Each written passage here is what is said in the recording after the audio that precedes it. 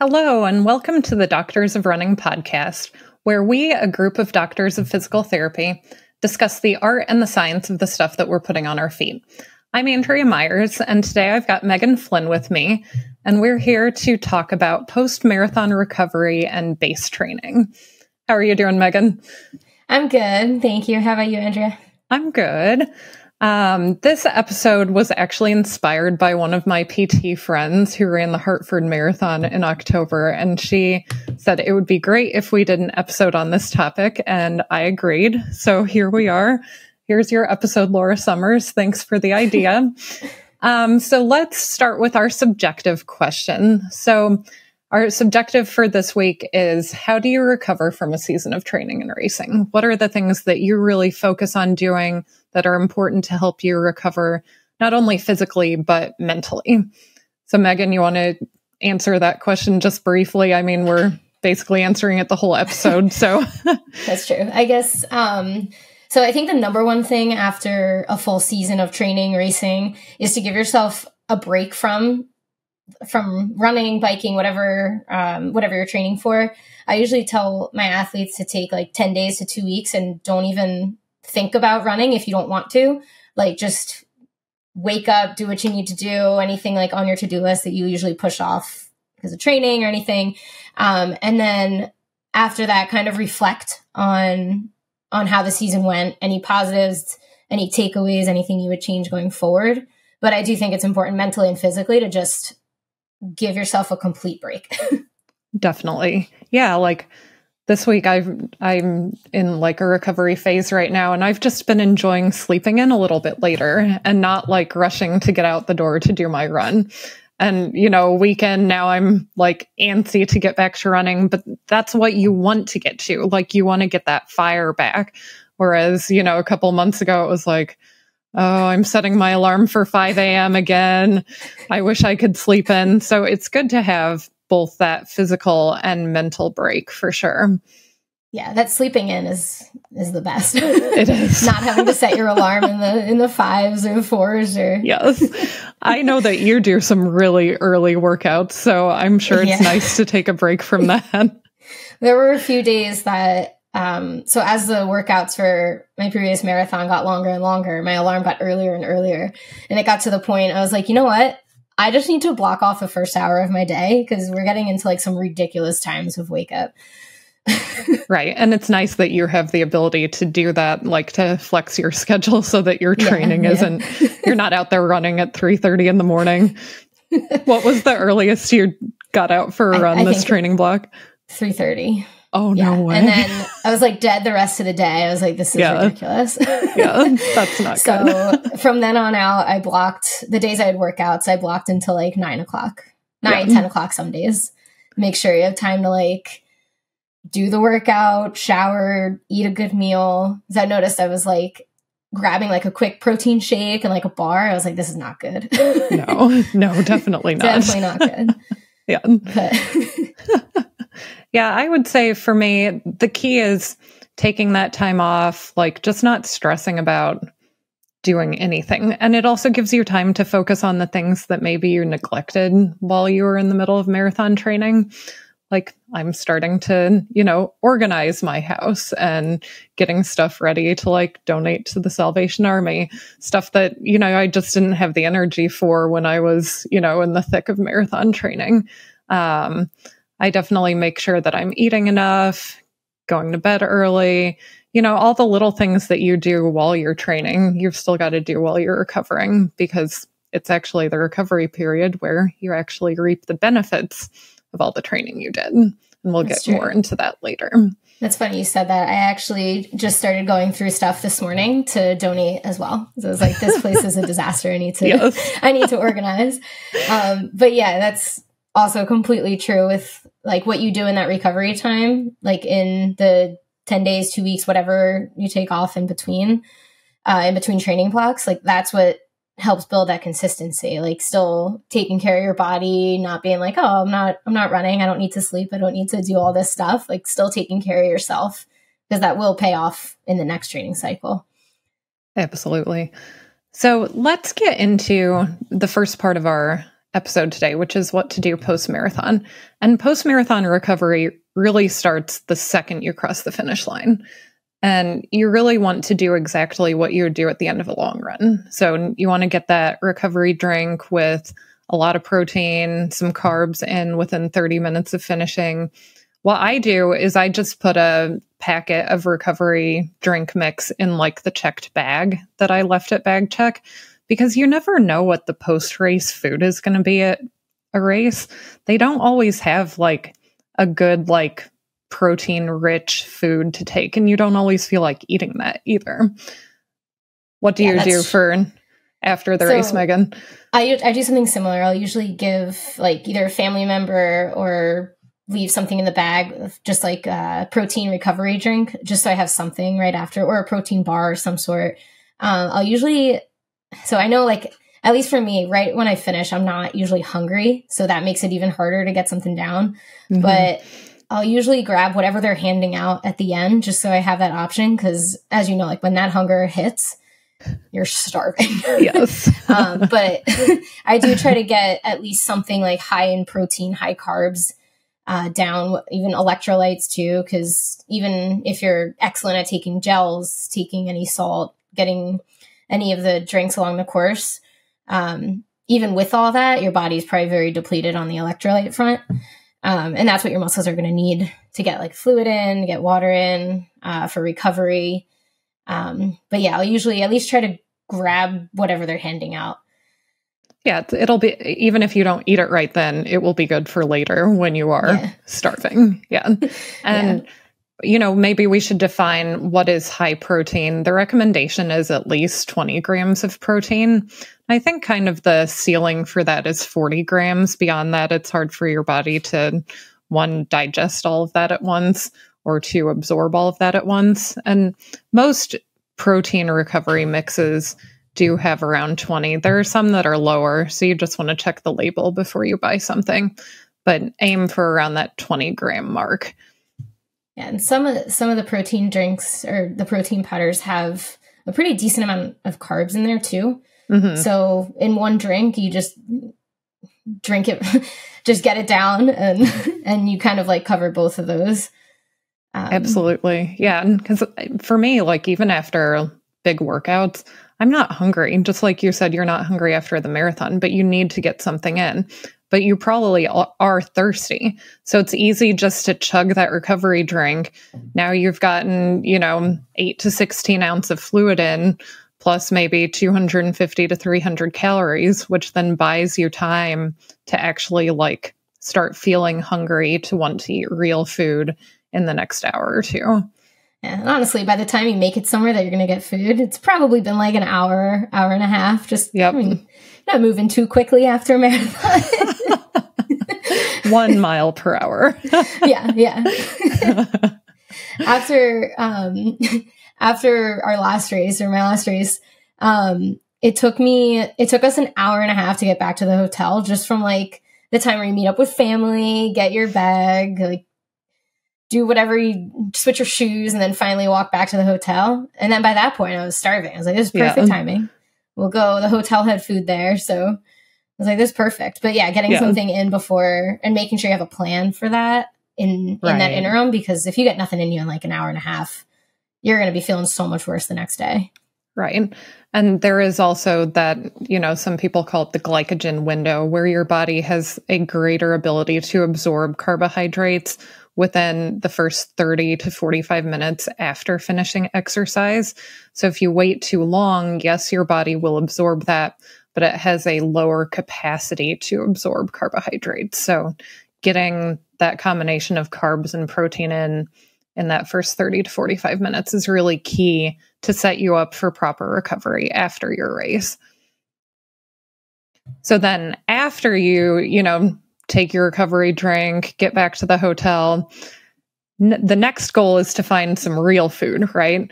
And same thing, you don't want to eat garbage. I mean, you probably will feel like eating garbage, but try to get, again, some carbs, another at least 20 to 40 grams of protein in, because that's helping fuel your recovery too. Yeah, that's true. I mean, if you think about it, like your body just pushed itself to the limits. It gave you everything it had. Give it the nutrients, the proper nutrition that it needs to like essentially like thank it. Yes. Like for letting you do this pretty awesome thing. And honestly, I feel like right after a race, like whatever you're craving, there's probably a reason you're craving it. Like for me, it's usually like a burger and fries. And if you think about it, that has everything you need in it. It's high in protein, obviously, carbs, it has fats. It's delicious. Yes. And lots of salt, which you also need too. Yep. Oh yeah. Those fries after a marathon, there's nothing better than that. That's so true. So, of course, in addition to food, you also want to focus on hydration. So don't just drink your recovery drink and think you're good. You need to stay on drinking. Water is okay, but it would be better if you drink like an electrolyte mix, because you lost a lot of electrolytes during the race. There's no way to replace one-to-one what you lost during the race, so you're going to be depleted afterwards. There's actually interesting research that the fastest runners actually finish marathons the most dehydrated. Slower runners apparently either do better hydrating during, or because the relative intensity of their running is lower compared to someone who's running like a 2-hour, 2:20 marathon. It's the elites who end up the most dehydrated afterwards. So don't think just because you're a fast runner that you are immune to having dehydration. So stay on that water, electrolytes in the days after the race. That's so interesting. I was going to say, I wonder if it's like, because I know a lot of people tend to like carry like water bottles with them if they know they're going to be out there for a while. But then like the elites get their own bottles on the table. So that's interesting. Right. Yeah. And I would guess it has more to do with the intensity level of running a 2-hour marathon versus a 4-hour marathon. Yeah. So, I think one thing that's a little controversial is, should you drink alcohol the night after a marathon? You just finished your goal race. Maybe, you got a PR, you're celebrating. You want to celebrate with some, champagne or a beer or whatever. But we know that alcohol is really bad for us, especially as athletes. So what are your thoughts about that, Megan? So I gotta be honest. I think it really, like, it's always sounds like, oh, we're gonna like go out, celebrate all these months of hard work, but it really, really impairs your recovery so much. Like the past like couple training cycles, we haven't been like, not even like glass of wine, drinking anything, and your recovery, like the recovery time is so much faster.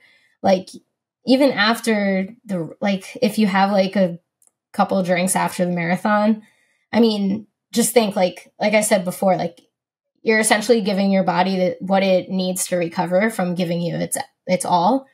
And if you're giving it like these empty calories that actually like depletes you of more electrolytes, like it's for sure going to affect your recovery. You're going to feel worse the next day, even the next couple days, I think.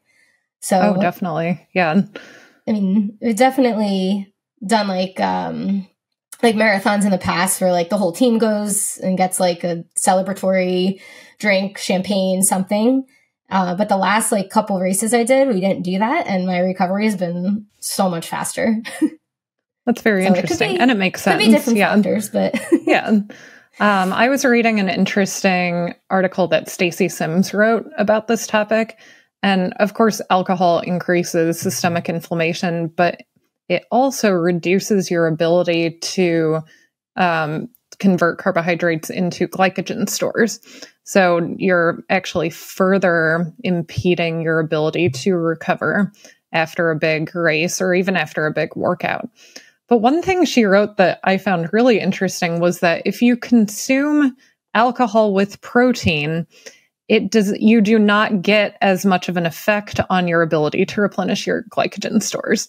So I guess the take-home message, for me at least, is if you are going to drink after a race or a big workout, make sure you do it with protein so that it doesn't affect your glycogen stores as much. But I'm also with you, Megan. I don't drink after races, because it's like a race is like the hardest workout you're doing all year. You want to reap all the benefits from that.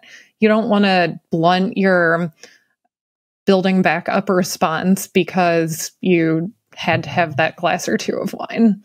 Yeah. Yeah. And I mean, I feel like it's just like going back to like the thanking your body kind of thing, like whatever you give it. And I feel like it's kind of like a slap in the face to your body. It's like, I just gave you all this and you're giving me this crap. Like, but especially the day of. Definitely. Yeah.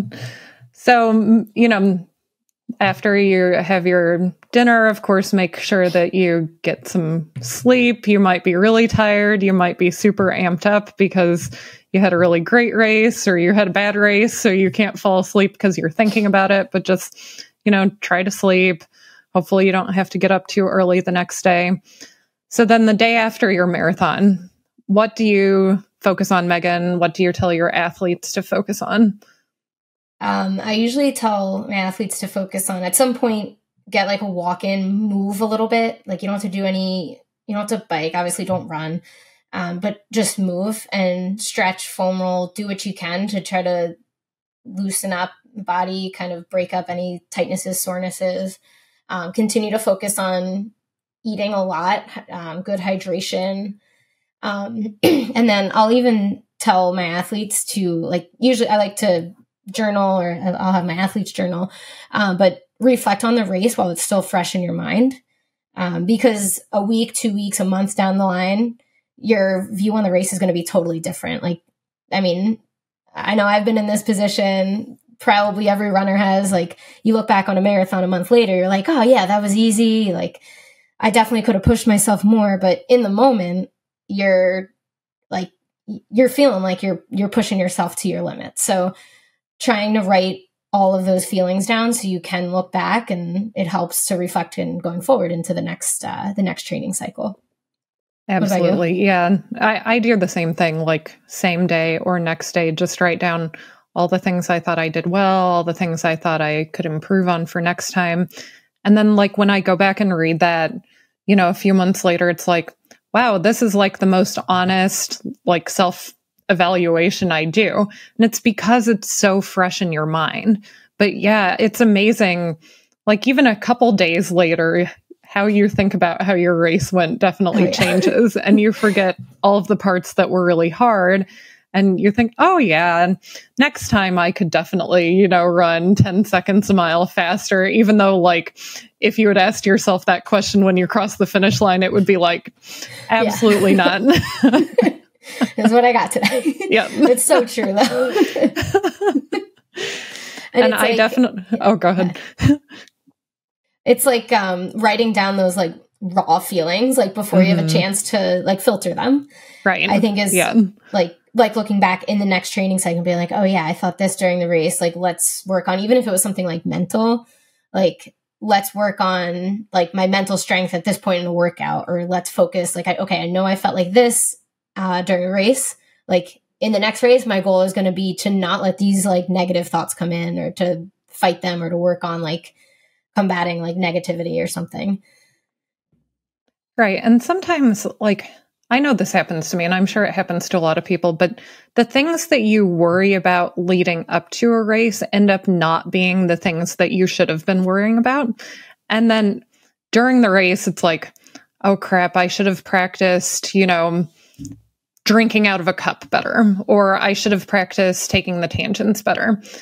But if you don't write down like what you were thinking about like during the race, you might forget it, and you might not think to practice those things that aren't directly like, oh, I need to do this type of workout, or I need to, work on this mental strategy, when it's more of like a technique thing, or like just a race experience thing. I think it's really important to get those thoughts down immediately. Yeah. And another thing going off that, like, I feel like, at least for me, I like to visualize, but I usually like find myself just visualizing like the start line And then like the last point too, or like the last like 5K.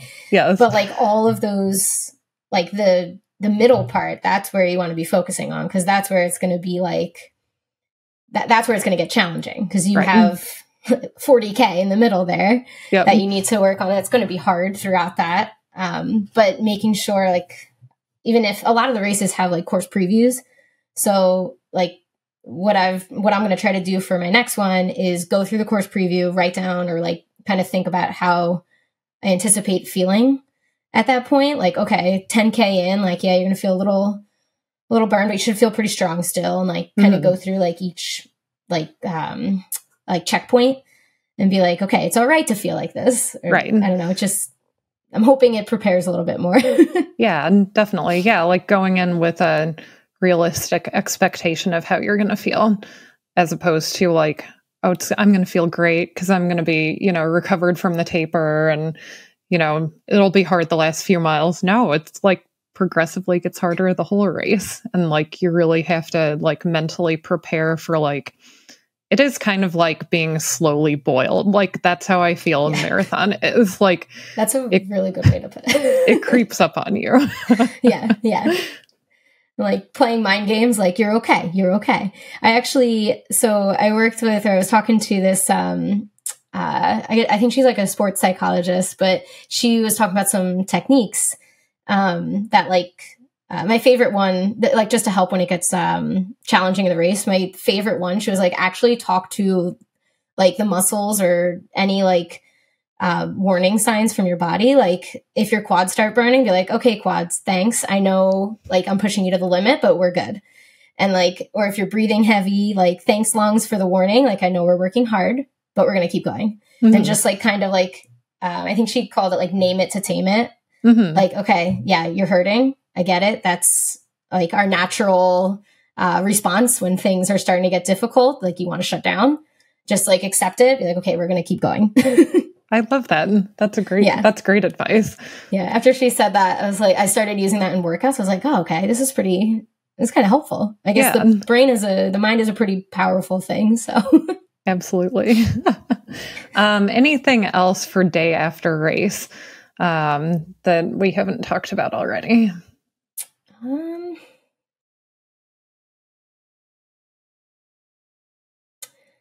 don't think so. I mean, going on to like recovery, I think we talked about this in one of our like previous podcasts. Like some people, like any like deep tissue or soft tissue work, I don't know if the day after would be my first choice. No. Some people do, but I usually don't want anyone touching my legs the day after. Yeah. Maybe the week after. Yeah. I feel like at least 3 days after is when it's like going to be most beneficial. Otherwise, you're going to be like too guarded to get the benefit from it. Yeah. So the next thing I wanted to talk about is what to do if you are traveling a long distance after a race, because there are some special considerations for that.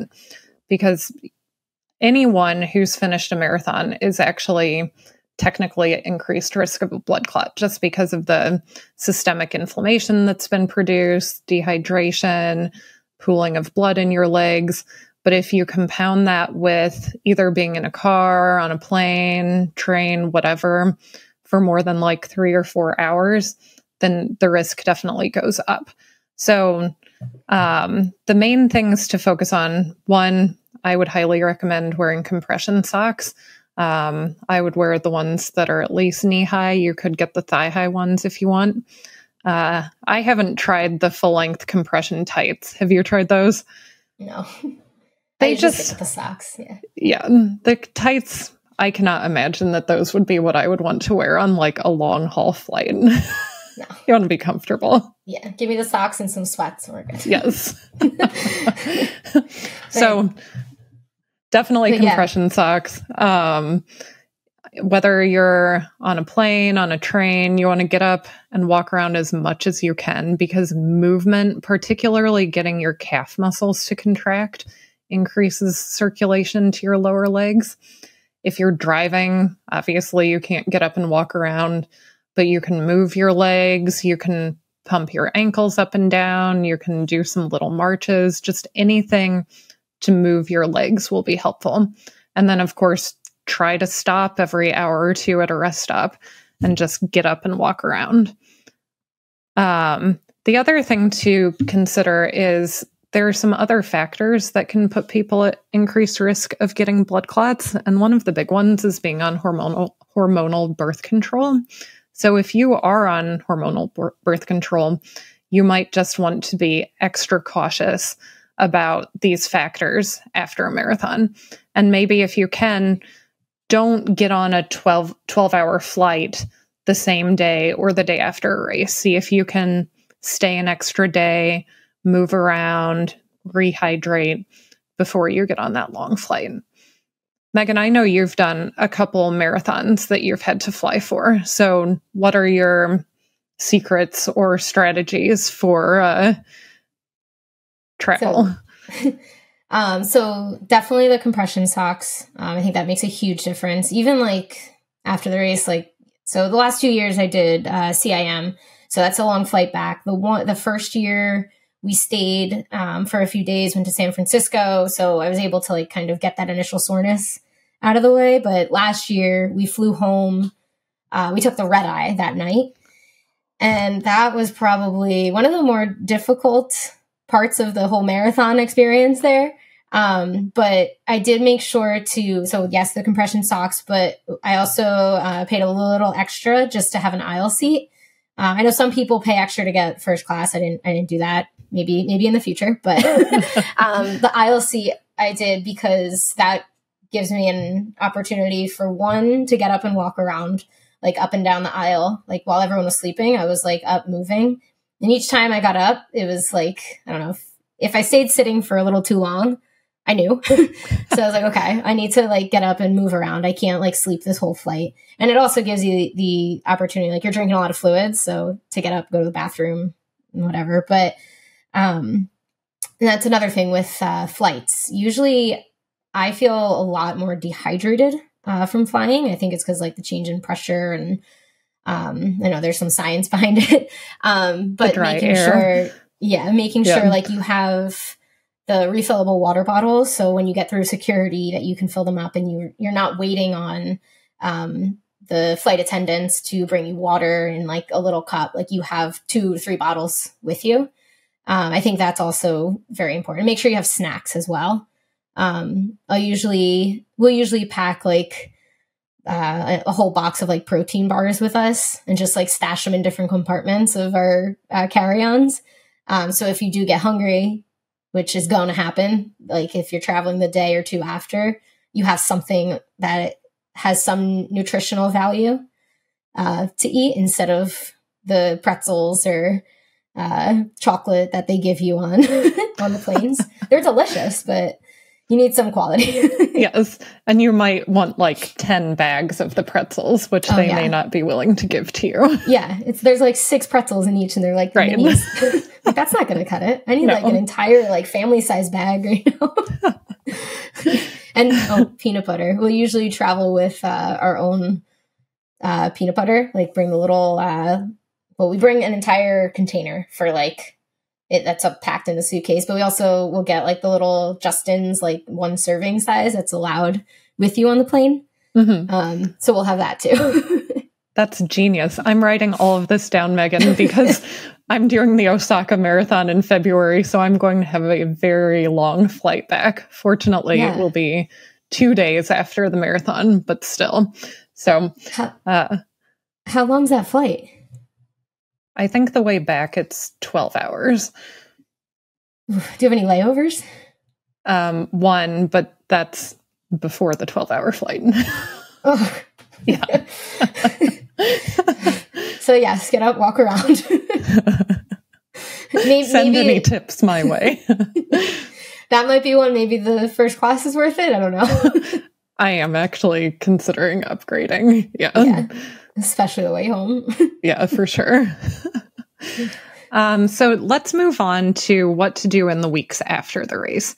So of course, what you do is going to be dependent on what your next goals are, whether you finished this marathon without any injuries, how mentally and physically fatigued you are. But of course, you're going to take some time off running. So I know for my athletes, depending on what their goals are, I usually recommend 1 to 2 weeks off of running. Is that about what you do, Megan?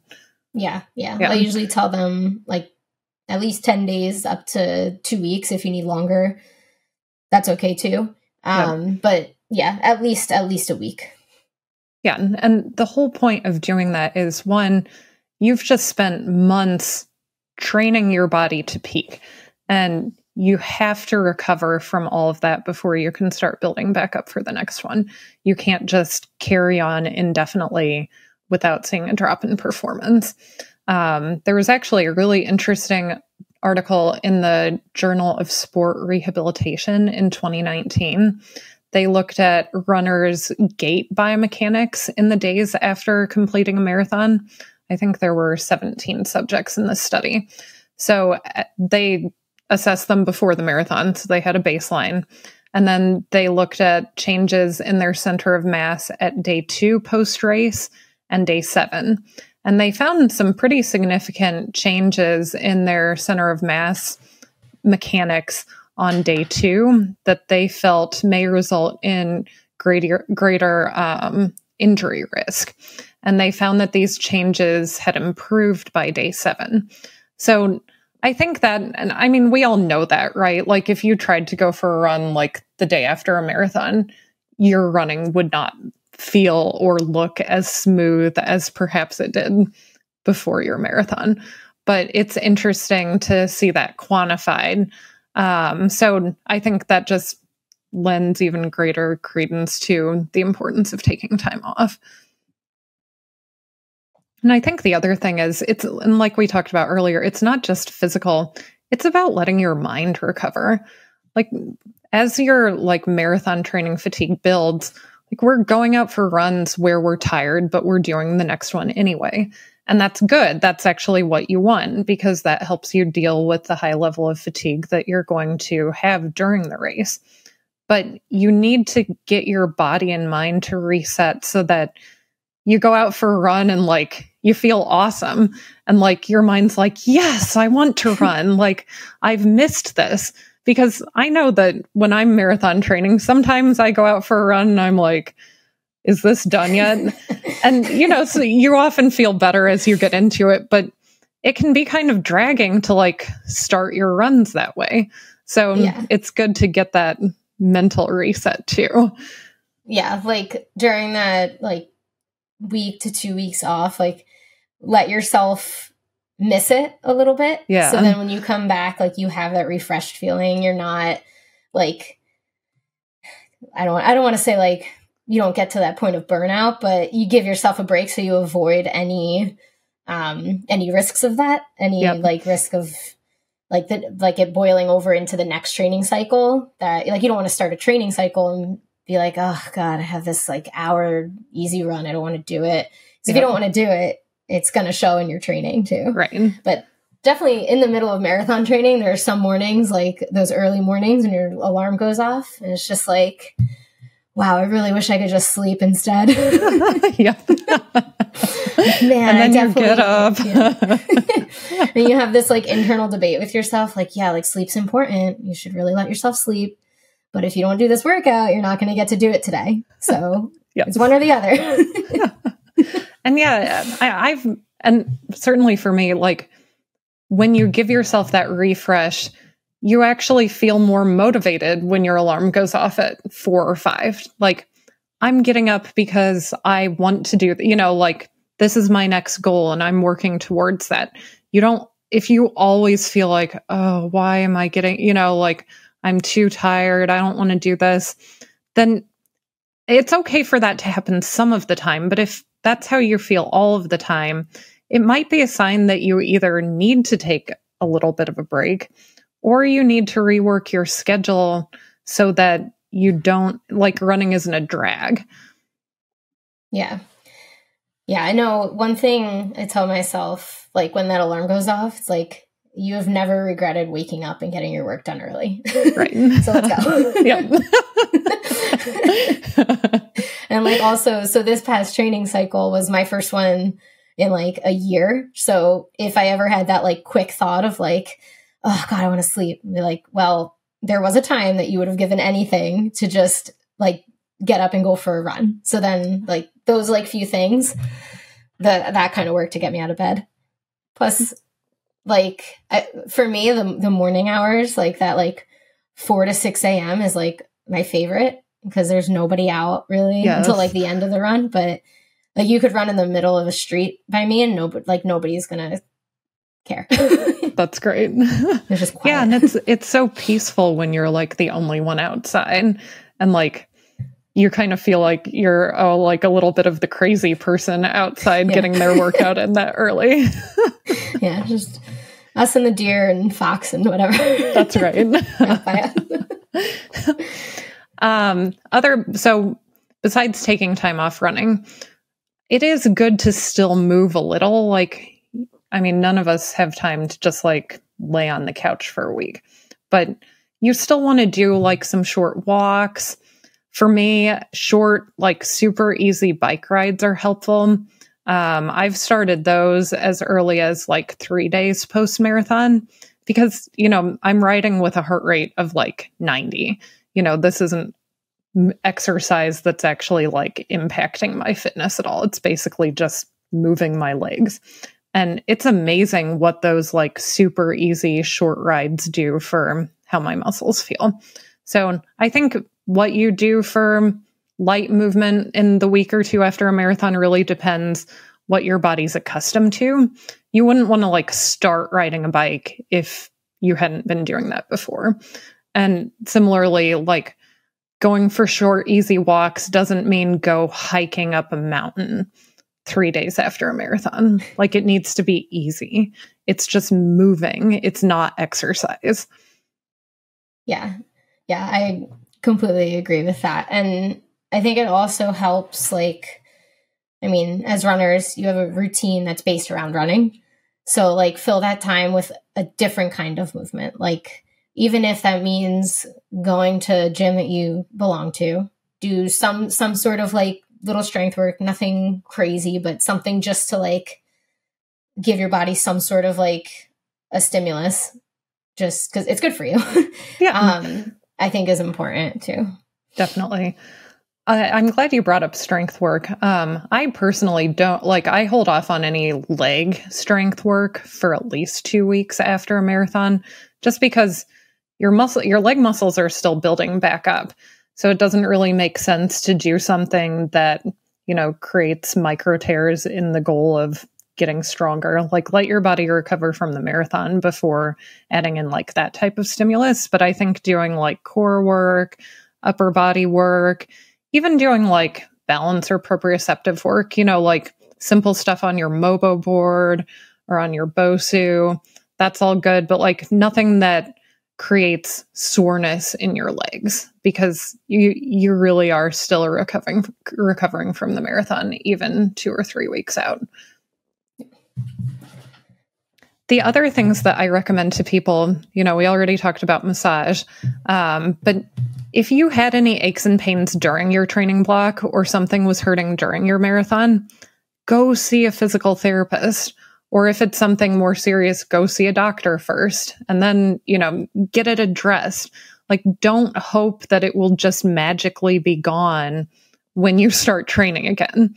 It might be, maybe a little rest is all you need, but there might be some biomechanical factors that you need to work on to keep it from coming back. So you've got some free time because you're not running as much. So good time to fit in a few PT appointments, massage, whatever. But now is the time to make yourself better, like build back better. So I definitely recommend that for people. And then also regarding food, like you're going to be hungry. Your body is going to think that you're still marathon training. And that's okay. Listen to your hunger. You're going to gain a little bit of weight during your recovery period. And that's okay. That weight is going to fuel your training in the next block. We can't all be at, you know, quote unquote race weight for the entire year. That's not healthy. So you're going to gain a pound or two and that's fine. But the most important thing is you're fueling and you keep eating. Yeah. And I think there's like some science that like your metabolism still stays elevated even after you stop training for, I want to say I think it's like another 5 days, or I have to look back, but so your metabolism is still high. So you're still like even at rest burning a significantly higher amount of calories than say somebody that hadn't just trained for or ran a marathon. So that's also something to take into consideration when you get that like hunger, but you're like, what's going on? Because I haven't ran in 5 days. Why am I hungry? But that's usually why. And you're still recovering. Yeah, I think that's a really good point too. One thing that, I think everybody worries a little bit like, okay, I don't want to like go into the recovery period and gain 10 pounds or whatever. And again, like weight is a personal issue. Some people, everybody's needs are different. But one thing that I recommend to my coaching clients and something that I do is when you're in like the peak mileage period of training, you need to consume more calories. And you can do that a couple ways, right? Like you can just increase the quantity of food you eat, but you can also rely on things like protein bars, protein drinks. And I find that if you use those like supplements, like a protein shake, to add in the additional calories you need when you're at your peak mileage, that helps your body not get used to eating such a large volume of food. So that then when you go into like a recovery period or even a base period where you're training less, your body doesn't think that you need to eat like huge meals because you were getting those additional calories through like very high caloric density supplements. Huh, that's interesting. Because then if you just remove, I like that. If you just remove like the supplement part, your meals stay the same. Right. And you don't really notice that much of a difference. I like that. Yeah. That was something I learned from cycling. Because, cyclists, you might go do a 6-hour ride and burn 3,000 calories. The amount of calories you need to take in to offset that are massive. The only time you're ever burning that many calories running is when you run a marathon, and you're not running a marathon every weekend, but I would certainly do a 6-hour ride every weekend when I was bike racing. So you have to figure out how to get the calories you need without convincing your body that your like base caloric intake is, 5,000 calories a day. Wow. And then I know this is not really related to the topic, but how many, like, would you calculate how many calories to bring with you on the bike to replenish that? Yeah. So normally on like let's say a zone 2 long ride, so 6 hours, you want to bring like 250 to 300 calories an hour with you in addition to what you're drinking. So, cyclists have jersey pockets, so it's easy to put food back there. On a 6-hour ride, though, I would need to stop at a gas station to get more fluid a few times. So then I might, buy something at the gas station. I definitely knew which gas stations in like Western Connecticut had good, ride food versus the ones that only had like garbage. So I would try to stop there in the middle of my rides. But yeah, if I started a 6-hour ride, my pockets would be weighed down with bars and gels and blocks. So you're eating a lot on the bike, but it's so much easier to eat on the bike than running, of course. Yeah. I think like the most important thing for people to remember for recovery periods is it's when you're recovering that you actually get stronger and reap the fitness benefits of training for and completing a marathon. So like you did all this hard work, like you've dedicated the past 4 or 5 months, if not longer, to preparing for this race. You did it. But now, like when you're recovering is when you're actually going to get stronger and get a fitness bump.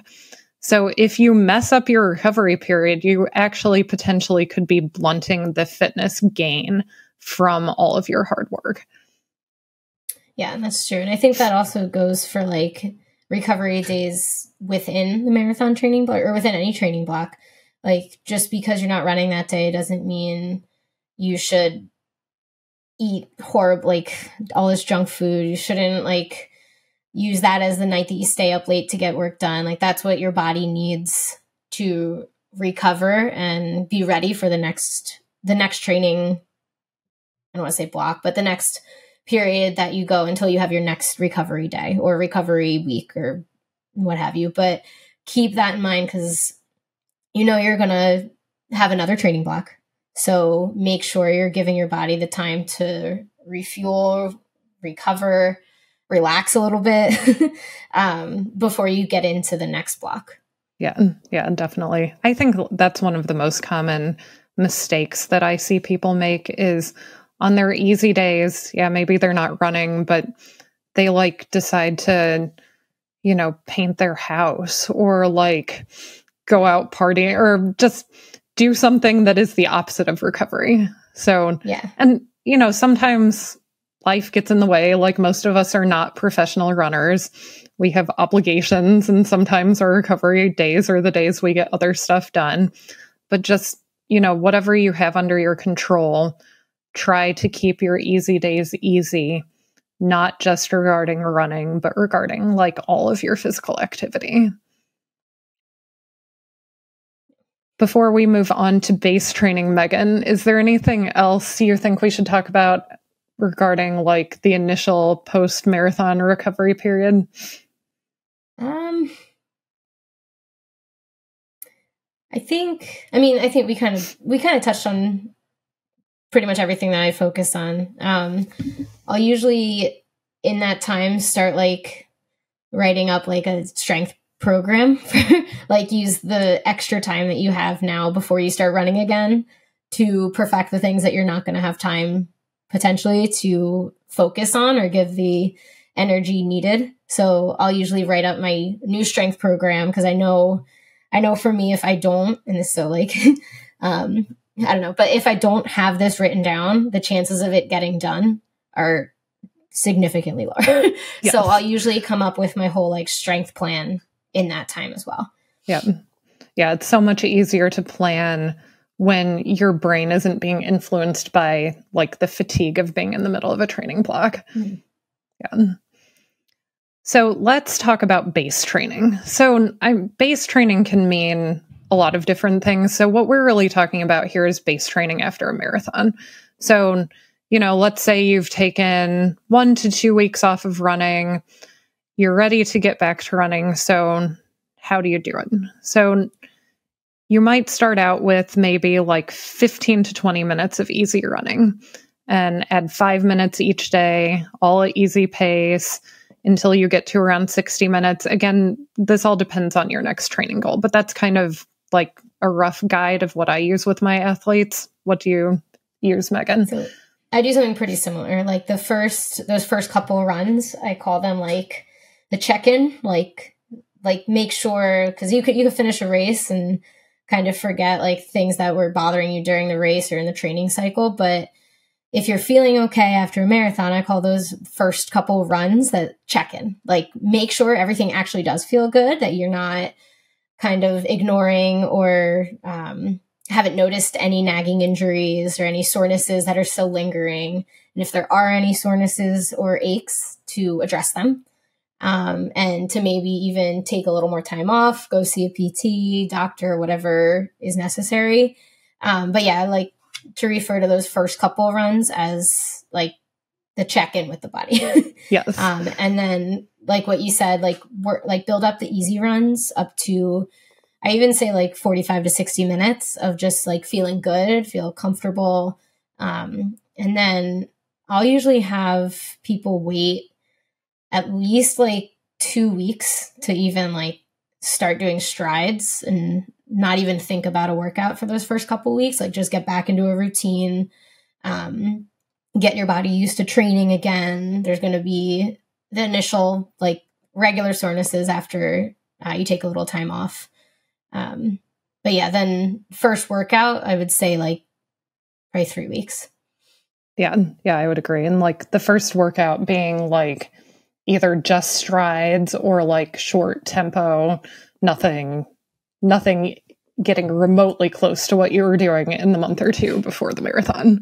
No, I like the 10 by 1 minute on, 1 minute off workout. It's like you can make that as easy or hard as you want. You can start off at like whatever effort, like it could be like slower than marathon effort, but it's only for a minute. So you kind of feel things out, get the legs moving. They're almost like glorified strides. Yeah. Yeah. I like that workout too. Yeah. And one thing that I've noticed every time I've taken some time off, whether if it's after a marathon or just at the end of a race season, is my first couple of runs, like you think you're going to feel like so springy and awesome, like a unicorn riding on rainbows. And I never do. Like it always just feels so awkward. And like, have I ever run? Not that bad, but it doesn't feel great. Like it's not like the joyful experience that you're imagining. So I just don't expect that anymore. Yeah. No. It's like baby deer, baby giraffe is what I heard. Like for some reason, I just feel like so uncoordinated that first run back, and like you don't know, or at least I don't know what to do with my arms. It's like, what's going on? It is funny. That is funny.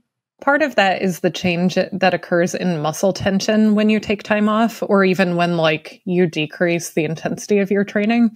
So when you've taken 1 or 2 weeks completely off, your muscle tension is going to drop.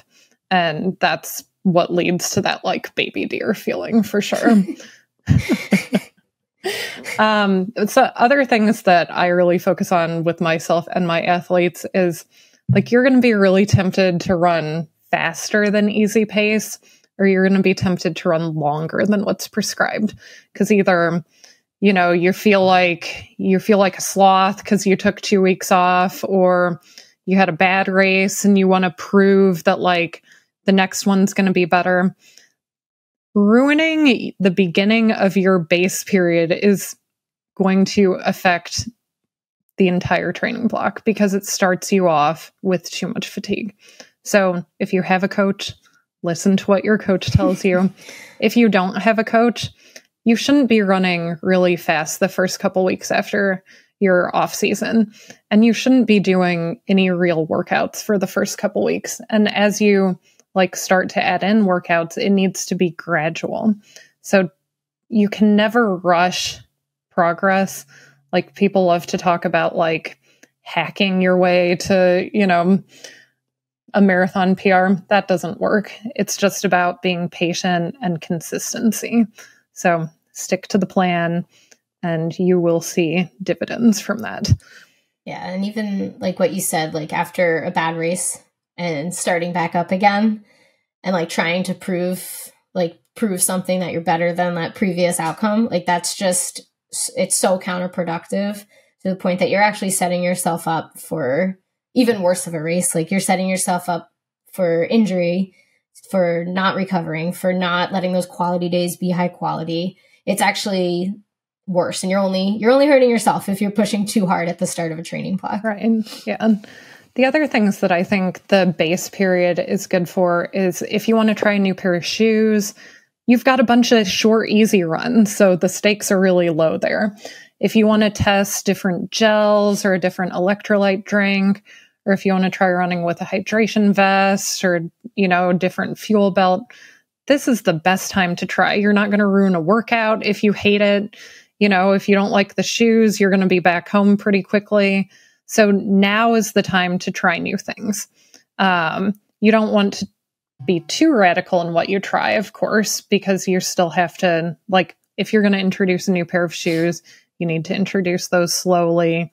Same thing with nutrition, but the base period is the best time to experiment with stuff like that. I'll even throw in, like, if there's things with like form that you need to work on, focus on that for the shorter, easy runs, because you're only going to be out there for a little bit. And it's not like you have to worry about, excuse me, like you have to worry about like affecting a workout, splits, anything like that. Like you're only out there and you can just focus on, okay, I know my arms get all crazy when I get tired. Let's try to like really hone in on that and keep them in a good spot. Or I know I overstride when you get to this point. Like, let's focus on that, see what this feels versus this, and just kind of play around with things that in your previous running, or if you've ever had a gait analysis, what you were told to work on, start focusing on that. Yeah, that's great. Something that I do every time I start a base period is I put my super shoes away. One, I don't use super shoes for easy runs, but like even when I start doing like shorter, easier workouts, I try to use, lower stack, more flexible shoes. Like it's just nice to take a break from them and let my foot intrinsics work a little bit more. Of course, when I'm in the middle of marathon training, I do my long runs and some of my workouts in super shoes because it's good to, one, make sure they're comfortable, but two, get your body used to performing with the biomechanics that those shoes may promote. But during the base phase, there's no reason to use super shoes. So just put them aside, work on letting your body do the work rather than the shoe. Mm-hmm. Let's see. So I think we hit on, once you're ready to add in workouts again, strides and like easier, shorter intervals are what we both add in. I think another thing that people forget, and I've noticed that even some coaches don't seem to pay attention to, is that whatever your training paces were leading into the marathon are probably not going to be your training paces right when you start your base period. You took a couple weeks off, you've lost some fitness, and that's the point of a recovery period, is to let your fitness come down a little bit so that when you build back up, it can build back even higher than it was before. So if you think that your threshold pace is X, but in reality, it's 15 seconds per mile slower than that, you are setting yourself up for a lot of frustration and an injury if you keep trying to do your workouts at your old training paces. Mm-hmm. So what I recommend to people is either you run your workouts by feel at first until you figure out what your new training paces are, or as you get further into your base period and you have added in some intensity, you could do like a 2-kilometer time trial, and that can help you set your training paces. But you definitely wouldn't want to do a 2-kilometer time trial a month after your marathon, because your body isn't prepared for that. Mm-hmm. So I think the best thing you can do is just run by feel initially. Yeah, that's what I usually have people do too. I'll just give them like an effort, like imagine either you're running like a 10K, or if you were to do a half marathon today, like trust your body on the effort, or give them like a number on the RPE scale from 0 to 10. Yeah. Be like, okay, I'm working an 8 out of 10. That's way too hard to be doing this first tempo. But like trusting that and like letting your body figure out those paces again. Because after you do a few training blocks, like what different workouts are supposed to feel like.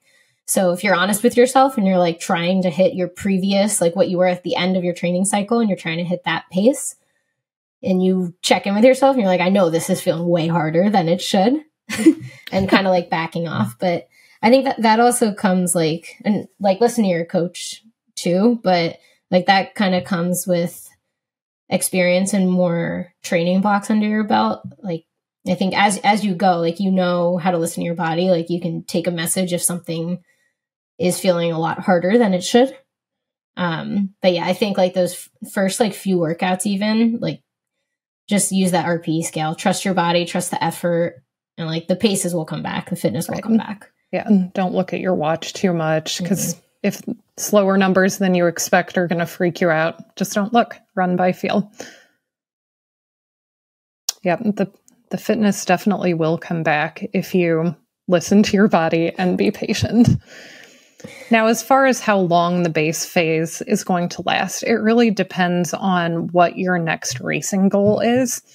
Personally, I don't think that anyone should try to do a race post-marathon. Let's say, you did your marathon, you're happy with how it went, you're committed to doing like a real off season and then build back up. You're not really going to be ready to do any type of race, I would say, for about 8 weeks. I mean, you could race, but it's not going to feel great, and you're certainly not going to be happy with your performance. So, pick your next goal races in such a way that you're not setting yourself up for failure or disappointment because you're trying to race too soon after a marathon. Yeah. Like give yourself the chance to get back up to a level that you'd be okay with racing. So like, I think that 8 weeks, 2 months is probably I'd say that would probably be the lower limit. Yeah. Like where you're kind of feeling good again. You're back into a routine. You're back into like workouts. Yeah, I'd say the 8 weeks at least. And of course, there are exceptions. I was trying to remember who it was last year, a female who was trying to Olympic trials qualify. And I, saw a post about her on Instagram, and she ran 3 marathons within like a 6-week span. And on the third try, she got a sub 2:37, which was amazing. So, but I mean, that's probably like the exception as opposed to like what everybody should strive for. Of course, she's obviously a highly trained elite athlete. She's probably got years and years of very high mileage weeks in her legs, but people can surprise you. Your body can surprise you. So, for each individual circumstance, talk to your coach, really figure out what's possible for you. Do you have anything else about base training that we haven't talked about yet? I guess going off what we were just talking about. So if you're like, it also like, depending on what your next race is, like if you're going from a marathon to trying to race a 5K, it's going to take a little bit more time to get your speed back. So even like allow for a little bit longer, unless you want to do a 5K as like just a reminder of what they feel like, but lower your expectations time-wise usually. I mean, your strength is going to be there from marathon training, but the speed does take some time to come back. I think that you should probably give another month to expect like to be in PR shape for a 5K, depending what your PRs are. But yeah, I think that's another thing that should be considered. Like, or if you want to, like, some people want to go from the marathon to the mile, and that's tough to get that speed back. That's going to take a lot of workouts, but yeah. That's a good point. And, so many people use like those race predictor charts, and those race predictors are most accurate for distances that are close to the race that the time you're using. So like if you enter your 5K time, those race predictors are going to be most accurate for like a 10K or like a 2-mile race. But your 5K time is actually not a great predictor of your marathon time, and vice versa. Your marathon time is definitely not a great predictor of like the 5K time or the mile time you could be using. And what your watch tells you, like the race predictor on your watch, it says some very interesting things. Sometimes my watch believes in me a lot more than I do, and sometimes my watch is very insulting. Like, I wish I could run those times it's telling me I could. Yeah. So your watch is giving you those predicted race times based on its estimate of your VO2 max, and your watch is not very good at estimating your VO2 max. So definitely take anything that Garmin Connect or Coros is telling you with a big teaspoon of salt. Yes. Well, we've covered a lot today. And if anyone has any other questions about post-marathon recovery, base training, just training in general, please leave it in the comments or send us an email. It's doctorsofrunning@gmail.com. Megan, thanks so much for joining me today. This was fun. Yes, thank you for having me. Yeah, it's always great to do an episode with you. I hope you have a great rest of your Sunday, and happy recovery to all that are recovering, and happy training to all who are training.